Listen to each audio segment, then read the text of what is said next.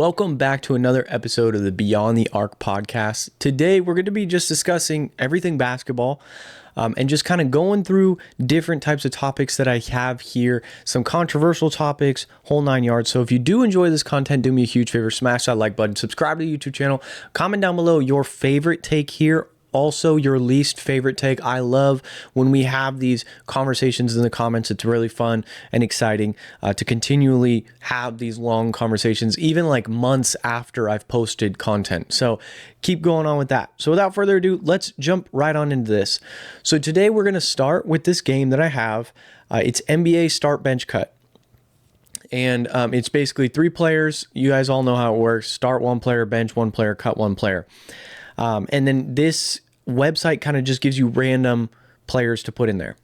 So we're going to start here with Start Bench Cut, Austin Reaves, Tyler Hero, DeJounte Murray. This one, I think I'm starting Tyler Hero. If DeJounte Murray was healthy and if he was in San Antonio, I'd probably bench him. Honestly, I'd probably start him if he was in San Antonio still, but I'm going to bench Austin Reaves, and unfortunately, because of injury and all that, I'm going to cut DeJounte Murray. Between Tyler Hero and Austin Reaves, the offensive game, both aren't great defensively, and the offensive game of Tyler Hero, I would rather have on my roster than Austin Reaves, especially in both situations, right? If you take what Tyler Hero can do and you put him over on the Lakers, I think that's actually more valuable and what the Lakers need more than what Austin Reaves provides you. Austin Reaves kind of needs the ball to get stuff going. And with Luka and LeBron, that's just not a realistic option. So honestly, I see him being a very valuable trade piece for the Lakers this season, since they just went out and acquired Ayton. They got LeBron, of course, Luka also. They're looking for that like defender wing, and I think Austin Reaves could be that perfect piece to go get that. You know, the Dorian Finney-Smith-esque that they let walk this offseason, whole 9 yards. But Tyler Hero would be perfect because he could space the floor very nicely, and he shoots the 3 ball at a prime number for the Lakers. As far as DeJounte Murray goes, it's nothing disrespectful towards him to cut him. It's honestly just the injury history now at this point in time. The fact that he didn't work out with Trae Young, and we haven't really seen him be as good as he once was when he was over with the Spurs. Next up here, this one's tough. This is Magic Johnson, Steph Curry, Kobe Bryant. I mean, between the 3, I think you got to start Steph. I think that Steph Curry is the best guard to ever play the game. I mean, yes, Magic's right there. Kobe, of course, one of the greatest players of all time also. But Steph Curry, I mean, he is genuinely the greatest point guard to ever play the game, the greatest shooter to ever play the game, and honestly, the greatest off-ball player to ever play the game. The way he runs around, like it's crazy what he could do with the ball, but even without the ball, typically you see somebody with his kind of shooting ability and scoring ability where he not only can score, he can kind of score at all 3 levels, but Steph, when you see other players in his archetype, right? We look at somebody like JJ Redick, who can't do much with the ball. He's a catch and shoot kind of guy, fantastic off the ball player. But then you have players like Trae Young, the exact opposite. Kind of stands around a lot when he doesn't have the ball. So then you have the perfect kind of prime player point guard where there are nights where if he needs to take over, he'll take over.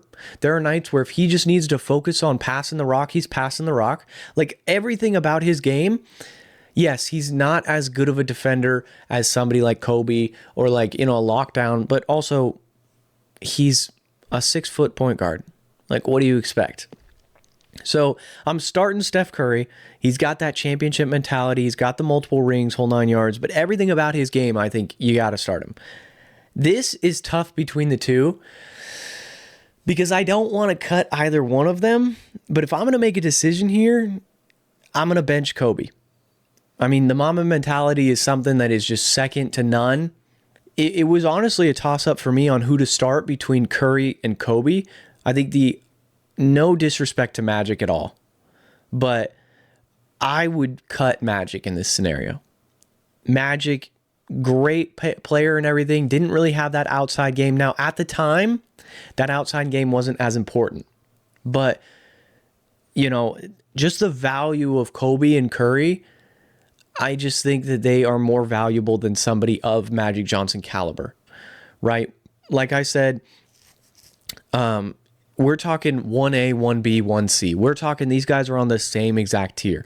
That's what I really like about this is it creates that controversy. So if you don't agree with this, one, let me know why in the comments.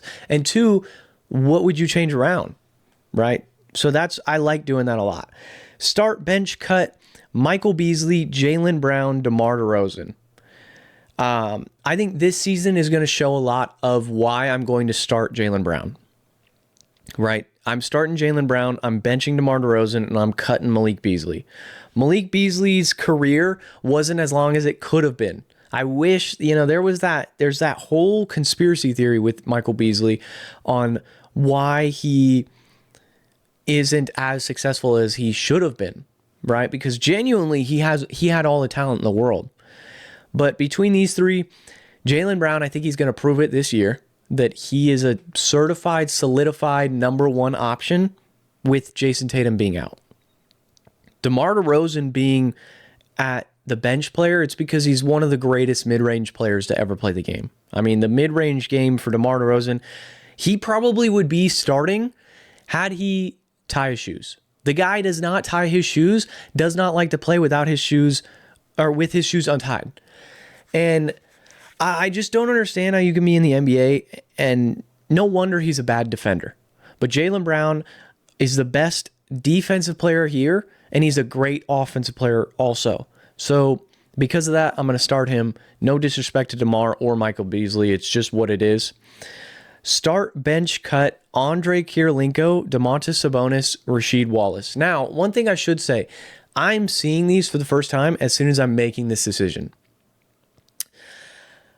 God, this is actually tough because, I think you got to start Sabonis. I think he's the best player here. He does it on both floors. He's a bruiser, great player, great passer, underrated player. Sabonis is definitely underrated. I think you bench Rasheed Wallace and you cut AK-47. Why? It's because Domantas Sabonis, like I said, he can do it kind of all. He's a miniature. He's not as great as a Jokic, but he's, how do I describe this? Sabonis kind of does everything. He's willing to bang bodies down the paint. He's willing to stretch the floor if you need him to. His three-point shot has actually developed and gotten better throughout the years. Rasheed Wallace, he's a great defender. Honestly, I might switch. No, I'm going to keep it. Start Sabonis. I was thinking about switching AK-47 and Rasheed Wallace, but I think I got to keep it this way. Let's do a couple more of these because I actually really enjoy this because it's giving me, I thought it was going to be very obvious, very easy, but it's giving me players that are genuinely around the same ideology. Start, bench, cut, Alperen Sengun, Pascal Siakam, Bam Adebayo. This genuinely is a tough one also. If you start Alperen Sengun, I don't blame you, but I think it's projecting a little bit. I think you are assuming that he's going to be taking a next step this next season. I'm going to start Pascal Siakam. I think that's the best answer here. Now, between these two, Sengun and Adebayo, I think you got to cut Bam. Unfortunately, Bam just hasn't been as productive as I expected him when Jimmy Butler left and the nights that Jimmy Butler didn't play. I have expected Bam to kind of take that next step and showcase that he kind of is that a Dwight Howard, a big man, a Sabonis role, not Jokic, but Jokic is the number one option over there. I kind of expected Bam to be the number one option over in Miami, and so far I haven't seen that. Sengun, I think he's got some stuff to work on. And like I said, this is a bit projecting with his career, and he's going to take another step. Of course, they just acquired Kevin Durant. I think he'll just play better because there's going to be less attention on him. Now, Siakam is an all-NBA caliber player. He has proven that time and time again. Very, again, underrated player. Pascal Siakam is very underrated until the lights are bright and everyone is watching and can see that he actually is very elite. So between those three, yeah, I would say start, bench, cut Pascal Siakam, starts, bench Alperen Sengun, cut Bam Adebayo. Now I hope Bam turns it around. I really do. I really enjoy watching his game. I love him on the defensive side of the floor. I just need to see the offense go up a little bit. I need to see that next step out of Bam. Here, start, bench, cut Naz Reid, Jordan Clarkson, Benedict Mathurin. This one, easy. Cut Benedict Mathurin. No disrespect to him at all. It would be a pretty large leap to project. And then I'm going to start Jordan Clarkson because we're talking his career. I think his career overall has been better than Naz Reid. But I just think that, wow. It does give percentages as to who agrees with you. Percentage-wise, only 8% of people agree with what I just said. Start Jordan Clarkson, bench Naz Reid, cut Benedict Mathurin. Most people said cut Jordan Clarkson. Now, I think maybe what they're going off of is this season. If you're going based off this season, I think you honestly probably start Benedict Mathurin because what he's going to be able to do without, there's going to be more opportunity for him to get the ball. Now that Tyrese Halliburton will miss this season. So I don't blame that. I just think what Jordan Clarkson's done in his career compared to so far what Naz Reid has done and Benedict Mathurin has done, I think even if you project their careers of Naz Reid and Benedict Mathurin, I mean, Jordan Clarkson is literally one of the best six men, always a six-man of the year option in the league since he's come into the league. So I would have to say, yeah, between those guys, I would start Jordan Clarkson, but we're talking career as a whole and basing that off projecting both Naz Reid and Benedict Mathurin. Because what's the ceiling realistically for Naz Reid and Benedict Mathurin? I think Mathurin has the highest ceiling, but I think he has the lowest floor. He could be very hit or miss with his longevity career and what he's able to do long term. Naz Reid, I think he has the most consistent middle of the pack career. And then Jordan Clarkson is, like I said, six-man of the year constantly. That's why I put him in the start position. Obviously, so this next one, two players are retired. It's Vince Carter, Devin Booker, Paul Pierce. I hate to say this, but I got to cut Vince Carter. I got to start Devin Booker, and I got to bench Paul Pierce. Only 9% of people agreed with me. Most people started Paul Pierce, benched Vince Carter, cut D Book, so pretty much the exact opposite of what I did. Devin Booker is, without a doubt, I think in my opinion, the best Phoenix Sun to ever play basketball thus far. You could say the Steve Nash, you could say the Kevin Johnson, you could say the Charles Barkley. It's Devin Booker. Devin Booker scored 70 points in a game. Devin Booker is one of the best shooting guards in our league. Yes, Paul Pierce, is he a top 5 Celtic of all time? Yes, but he's not number 1. Vince Carter, is he a top 5 Raptor of all time? Probably. He's in that conversation. But just what Devin Booker's able to do versus what Vince Carter can do and what Paul Pierce can do, I think I'd rather have Devin Booker. He's got that dog mentality that genuinely, this is tough though, and I don't blame, I think all the percentages are very close. It's 29%, it's 21%, and it's 18% for most people. I just love Devin Booker's game. I'm a Celtics fan, and I'm saying this, right? I love Devin Booker's game. He dropped 70 on the Celtics. Yes, the Celtics won that game, but Paul Pierce himself, big, the most trash talker moment is probably Paul Pierce, where he's just, him and Al Harrington are just in each other's face, just talking shit while Paul Pierce has the ball. And then Pierce ends up pulling up and wins the game for the Celtics. That is a moment that will never be forgotten, for sure. And of course, Vinsanity, I mean, fantastic player. I can't put it past anyone for starting anyone. And like I said, this is a difference. That's why I really like this game thus far, because they've put equivalent players that genuinely you probably wouldn't even think about being in the same ballpark. They put them on the same list. And then you're like, hey, give us, because they're three totally different players. Vince Carter being this high fly dunker that we've never seen before. Devin Booker being this 3-point shooter and just automatic bucket. And then Paul Pierce and everything Paul Pierce was able to accomplish with the Celtics. Fantastic. So I really like this game and so far what they've been able to do. Yikes, this is going to be tough. I'm going to get some comments on this one. Start, bench, cut. Shai Gilgeous-Alexander, Dwayne Wade, Allen Iverson. I'm going to be honest, I'm cutting Shai. No recency bias on this one. I'm starting Dwayne Wade and I'm benching AI. I think, which 17% of people agreed with me. Most people cut Allen Iverson and benched Shai. Dwayne Wade is a top 10 shooting guard of all time. Top 5 shooting guard of all time. Allen Iverson, again, in that conversation, one of the greatest shooting guards of all time. Shai, look, he's still so young. I mean, yes, just came off an MVP.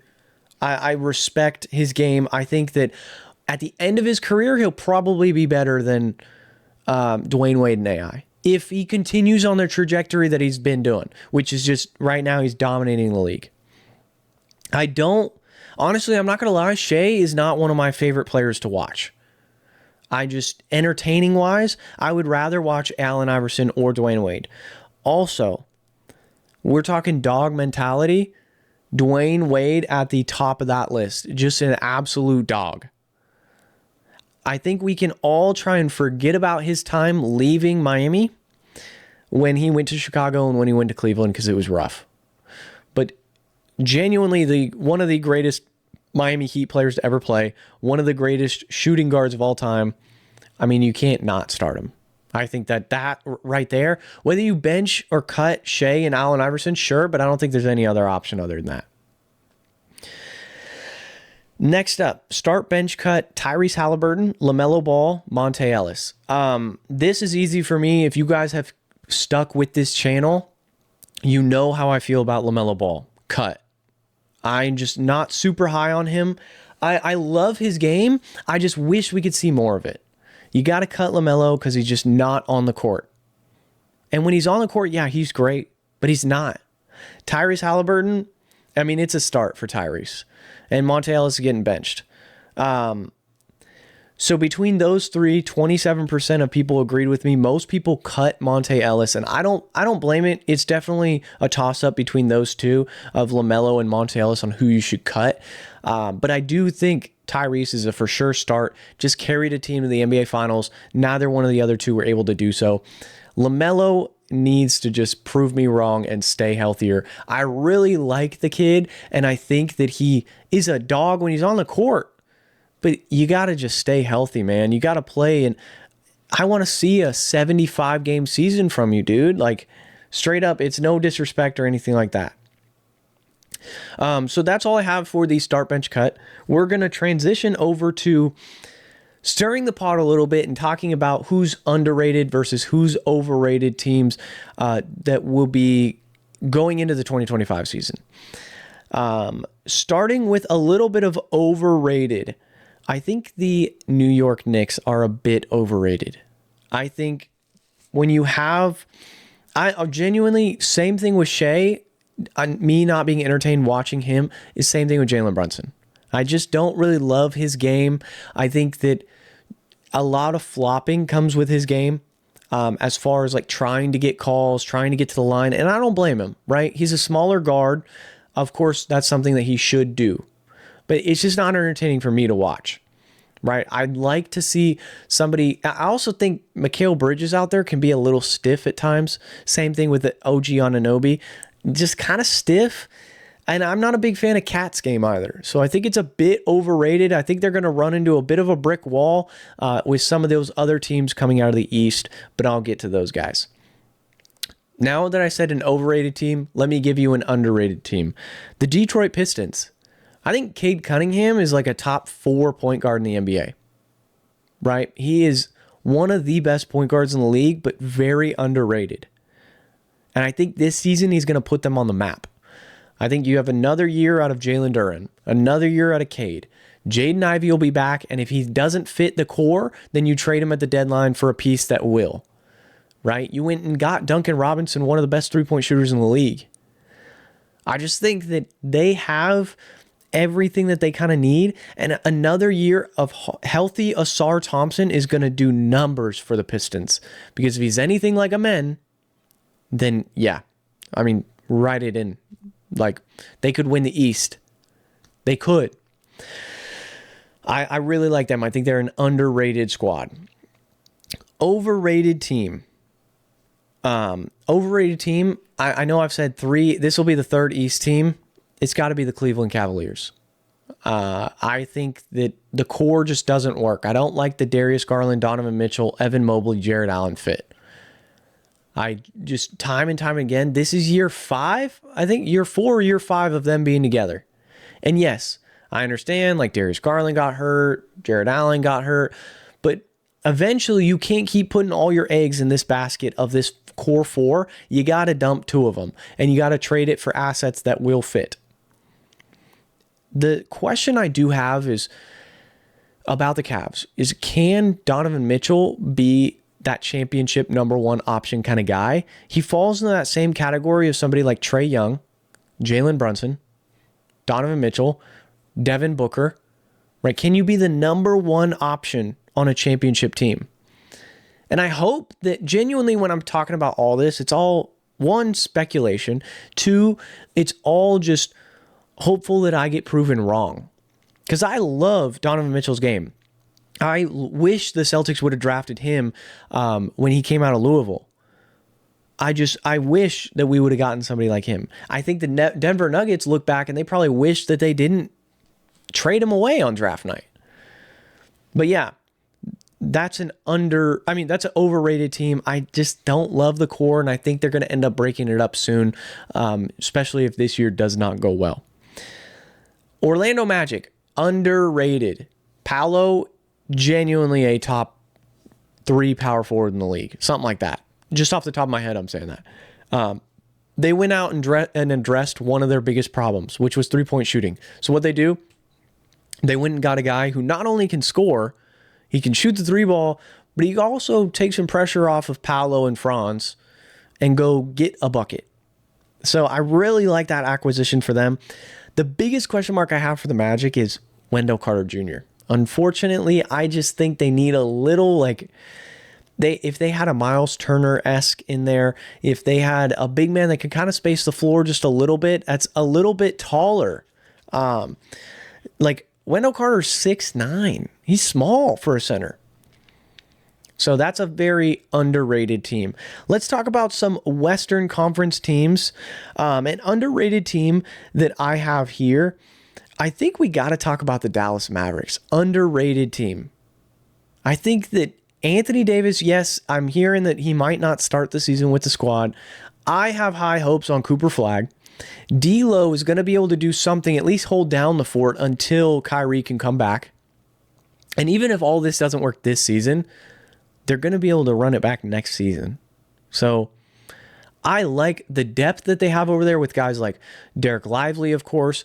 Like I said, Daniel Gafford, Anthony Davis, etc. Like, they've got depth. They've got the shooting. They've got the, because they have Klay Thompson. They've got the superstar power in AD, Kyrie, and Cooper Flagg, question mark on superstar. But could he be a superstar? Absolutely. I think he can be.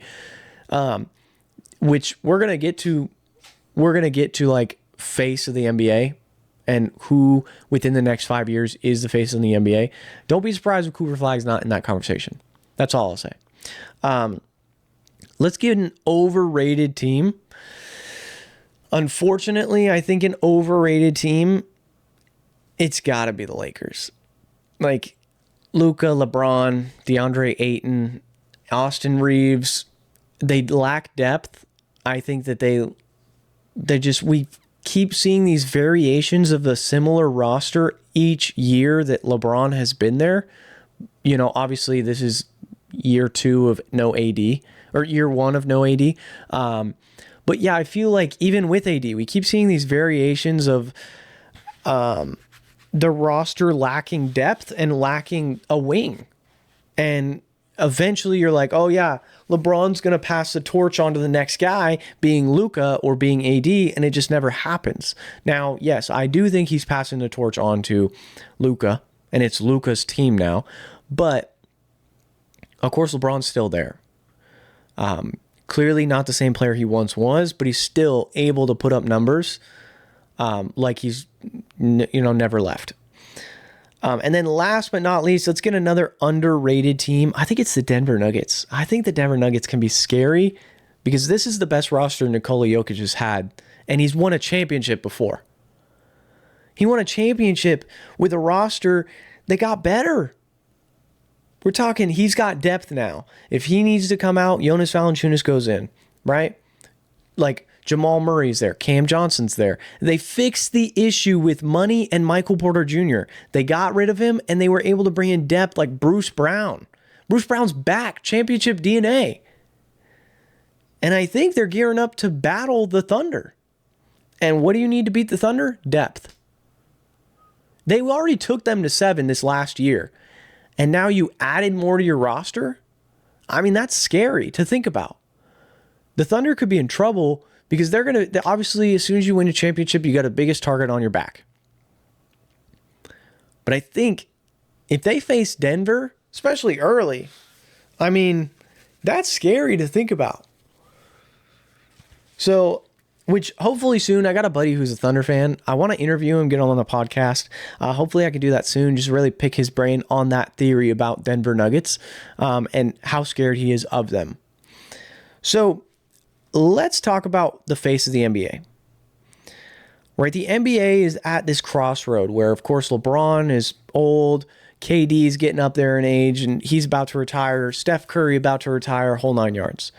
So faces of the NBA. Who is the face of the NBA? The NBA for a second there is pushing Victor Wembanyama. Now we've got Cooper Flag. But really, who is the face of the NBA? Is it Shea? In my opinion, right now at this moment, I think we're just at this, we don't have somebody that's gone out and grabbed it. I think it could be somebody like Shea if he had a little more like cockiness to him, honestly. If he had Kobe's like mouth, then I think he would be the face of the league. Or if Victor Wembanyama talked like, I don't know, like Shaq, then I think he would be the face of the league. But, and I honestly, I think it could be, I'm still not out on Anthony Edwards being the face of the league. Because Anthony Edwards is somebody that he's got the swagger, he's got the confidence, he's got the game. He just hasn't won it yet. I want him to win a ring because I think that he could take the throne, and I think he could be a player that could bring in fans.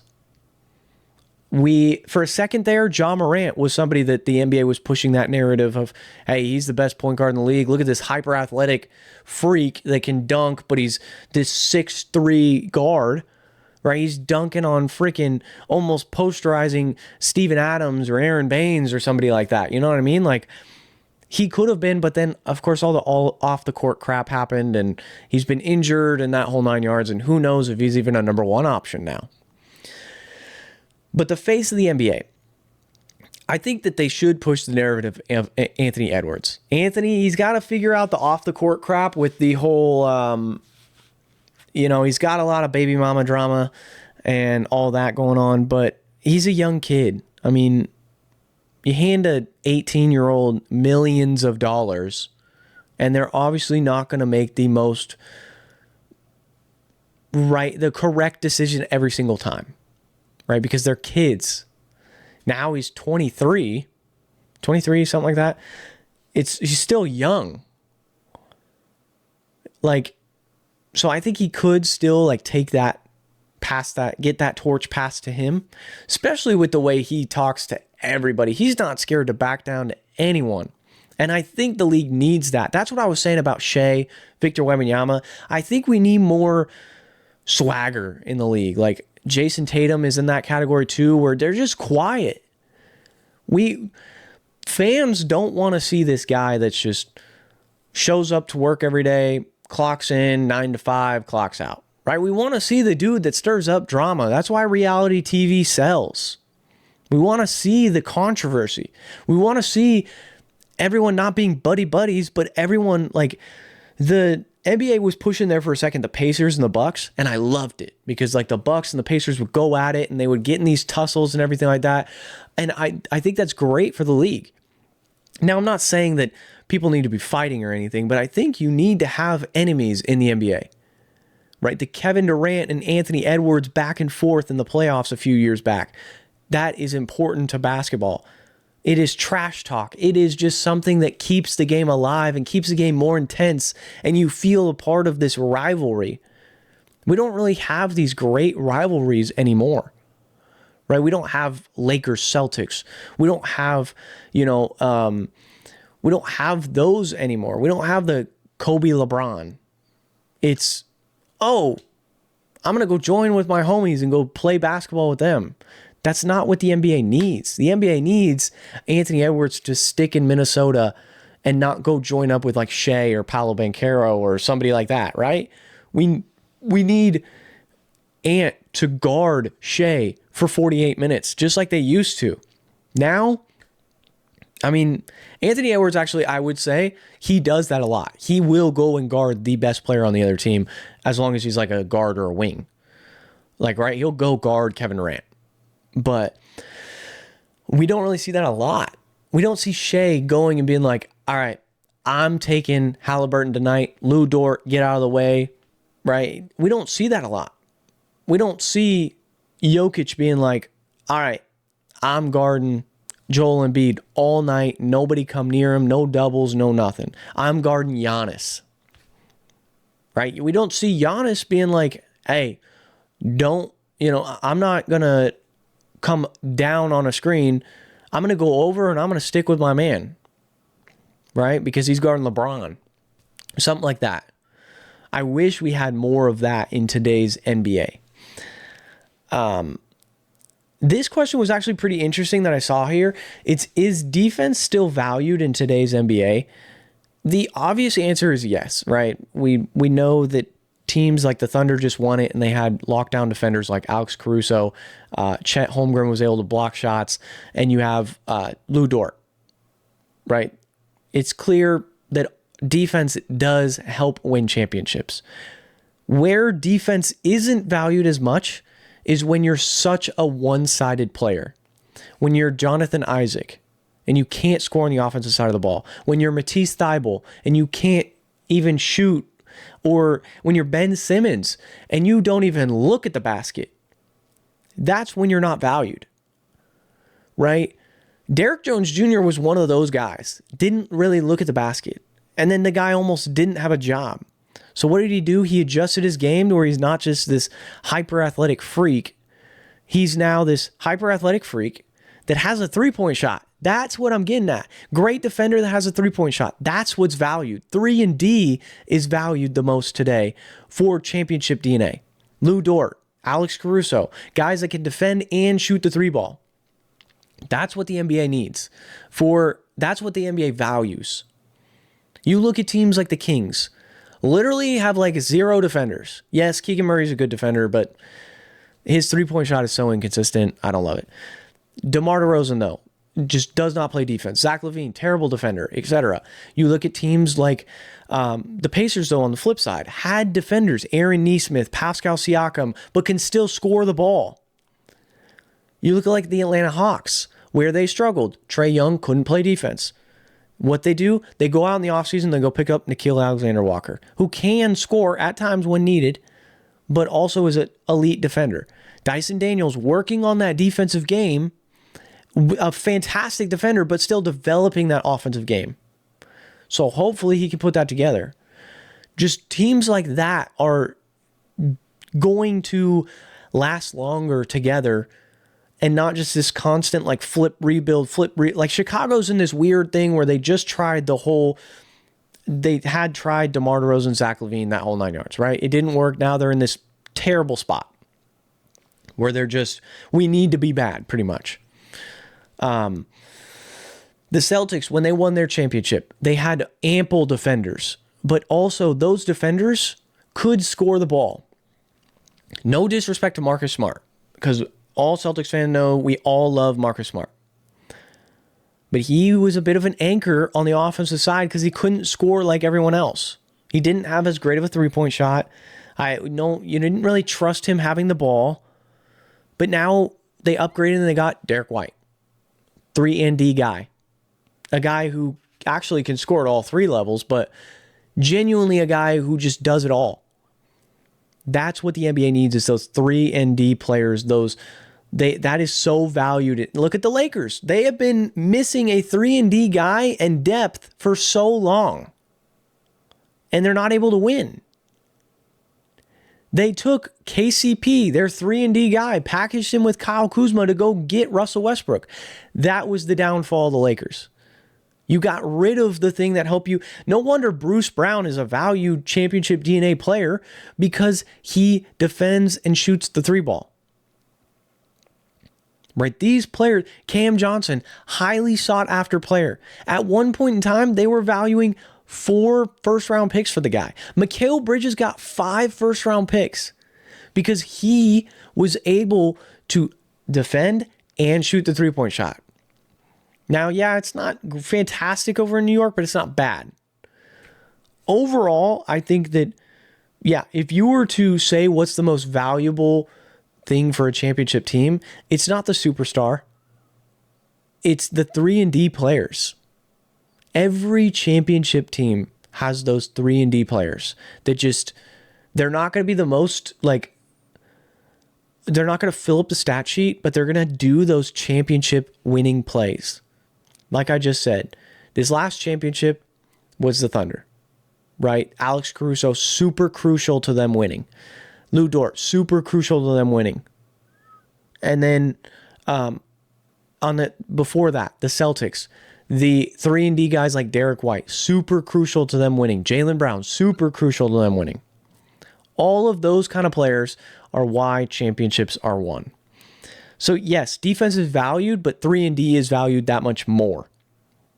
And defense isn't valued as much if you can't do anything on the offensive side of the ball. That's why those players, the Matisse Thybulles, the Ben Simmons, are falling out of the league, because they can't score. Ben Simmons genuinely should be so good right now, but he has just lost the mental side of basketball has gotten to him. I hope he can correct it, because I actually like watching him play. I do. When he is playing and he has those flashes where, yeah, it's like this 6-point game, but he's got like 8 rebounds and 7 assists. I like that. So yeah, overall, right, overall, that was the big synopsis of the episode. I want to talk a little bit about the evolution of the game. We talked about it a little bit in that start bench cut with Curry, Kobe, and Johnson. Let's talk about the evolution of the three-point shot. At first, the three-point shot was non-existent, right? Of course, the three-point line wasn't even there. Then they bring in the three-point line. And then they're like, it's cool, but let's score closer to the basket. Nowadays, teams are like, why are we worried about scoring close to the basket when 3 is more than 2? And then even further nowadays, right, to today, because like in the early 2000s, early 2010, it was like you had the 2 big men lineup, and then you had one like sniper 3-point shooter, you had one elite defender, and you had your star. Right? Whether it was like Kyle Korver, or it was, then you had like Kobe with like Sasha Vujacic, or you plug and play the 3 right there, Trevor Ariza, whoever it was, right? But nowadays it's literally everyone can shoot pretty much. And even the Celtics proved on their championship run that it doesn't matter how many threes we take, it's still going to be better than taking twos. Let's just chuck up a bunch of threes. That was pretty much the offense of 3, 3, 3, 3, 3. And that's why they went out and they got rid of Marcus Smart and they got Derek White. And so when you have a lineup of Drew who could shoot, Derek White who could shoot, Jason Tatum, Jaylen Brown, Al Horford, or Porzingis who could shoot, they have 7, 8, 9 guys on the roster that shoot the three ball at a high clip. You're looking at championship that they blew out the league pretty much. But that bit them in the butt because when you live and die by the three, eventually you're going to die by it. And that's what happened this last year. Of course, Tatum gets injured, but genuinely, I think the series wasn't going to be won by them anyways. They blew a handful of 20-point leads, so I just really think that was gone. But yeah, overall, the evolution of the three-point ball, I'm just curious to see what happens 5 years from now. I'm assuming the NBA is going to incorporate some 4-point line. That's going to change the game that much more, stretch the floor that much more. And I think we're going to have a little bit of a revolving door where we go back to the 2-point shot eventually, go back to a double big man lineup eventually, where we've got, your star, you got your one, your star, your sniper, and then you're too big. I think that's going to happen somewhere. Like the Grizzlies are kind of doing that with like a Zach Edey, Jaren Jackson Jr. lineup, but Jaren Jackson can stretch the floor a bit. He's more like a Paul Millsap-esque when it comes to stretching the floor. Like but he's better closer to the rim. But I'm interested to see what the Grizzlies could actually do long-term with a Zach Edey, Jaren Jackson Jr.-esque lineup, because that might be this almost like a turning point where we see bigs being valued a little more. And bigs are valued, but of course you have your anomalies of the Jokic and the Embiid that are extremely valuable, but they're not as valued as you look at. Like the Lakers weren't running a center there. They were running like Jackson Hayes at their starting center. But then you look at rosters that were winning, and the Celtics, for example, had like multiple centers they were running. So overall, like I just think that the three-point shot is interesting because it's changed so much, and I think we're going to end up going backwards, back to a double big man lineup. So, all right, guys, that's going to do us today for the Beyond the Arc podcast. Let me know in the comments down below your favorite topic of today. Let's have a discussion. Like I said, I really enjoy having these discussions in the comments with y'all. You guys correct me on some of the stuff that I might say is wrong, and I love that because, of course, I'm still new to the podcast world.